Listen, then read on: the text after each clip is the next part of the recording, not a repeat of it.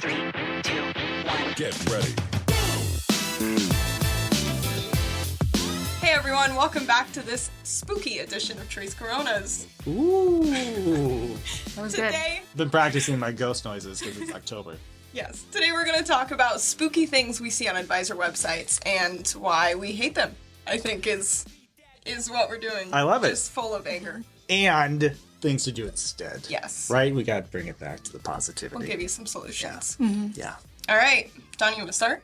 Spookiest thing I see on advisor websites, terrible pop-ups. You guys probably see this all the time on news websites. You go try to read an article, and it's like you are right back in 1995, and there's pop-up windows all over the place, and you can't see anything. But some advisor websites do this too. Some put like these gigantic, almost like a whole page on top of the page, and just block you. You can't find the X to get out of it, and you're like, I might as well just click out of this website instead. Right. But also the other side is that some advisor websites have pop-ups, but they don't like put them there in a useful way. Like it'll only come up if you scroll all the way to the bottom of the page, and it's kind of like undoes why you would put a little corner pop-up in the first place, which is to try to put like a little unobtrusive little call to action somewhere, just like a little extra to catch the eye, and it's not catching anybody's eyes. Right. If you have to get to the footer before it pops up. Super scary. So Also, on top of that, the chat boxes that won't leave you alone. yes, They're like, chat with us, chat with. I'm like, I do not want to chat with you. You're not That's a real not why person. I'm here.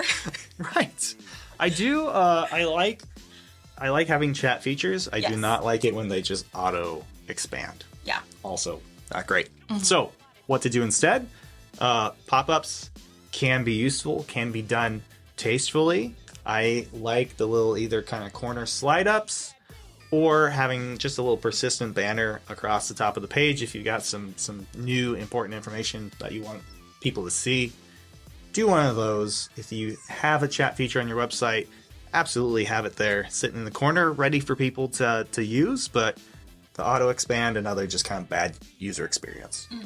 I think even if you do like one of the little pop-ups that kind of like blocks your screen for a second, but it's like useful and relevant to whatever you're reading. Maybe you're reading a blog about how to start a podcast or whatever. That wouldn't be on an advisor website, but whatever. Yeah. And then a little pop-up about it, like an ebook or something comes up. Yeah, absolutely. Like, there's so many different types of pop-ups. Like, we use pop-ups for exit intent. So when somebody goes to leave, it'll pop up over the screen because in that moment, you want to catch somebody's eye before they leave. So you're not covering up something they're reading. You're covering up when they're about to leave. So you want to catch their eye before they do that. So lots of different ways, best practices, but do it right. Don't do it spookily. Not spookily. Would you say there's like a number that's just way too many pop-ups? Like what's like if you had to make Never a more rule? than one. Just one per page? One. Only one. That's the golden rule. Yeah. The spooky rule.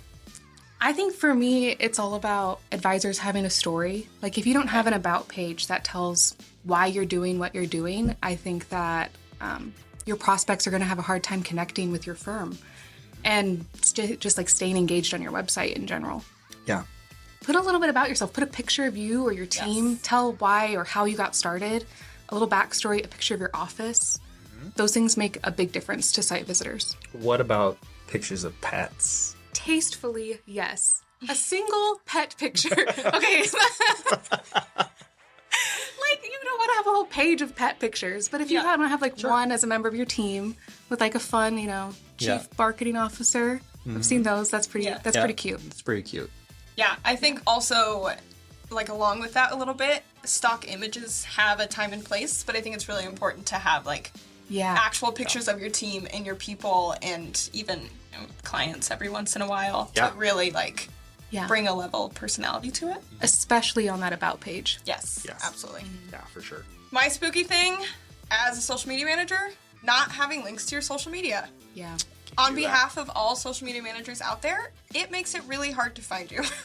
It is so much easier if people can just scroll down to the bottom of your page, click a link that'll bring you to LinkedIn or Twitter or whatever. It doesn't have to be like its own page or something super prominent. I think the best way to do it is probably just putting it in your footer. Yeah. So when they're going down, maybe they want to know your address, maybe they want to get more information or find out who to contact or whatever it is. They can have all of that information in one place. So, well, and I've seen on like website builders, they'll automatically put those in. So if you don't add yours, it'll go to like Wix's Twitter page or something. really? Yeah. That's extra spooky. Don't do that. Yeah. We will put your social media handles in your footer and we will do it correctly. Yes. And it won't link to a random website Yes. No. unless you want it to. Which Unless you would be are spicy like that. Yeah. If you want more tips, go ahead. Feel free to reach out to us at threecrownsmarketing.com, Twitter, LinkedIn. We are linked in the footer. And have a great spooky season, everyone. See you later.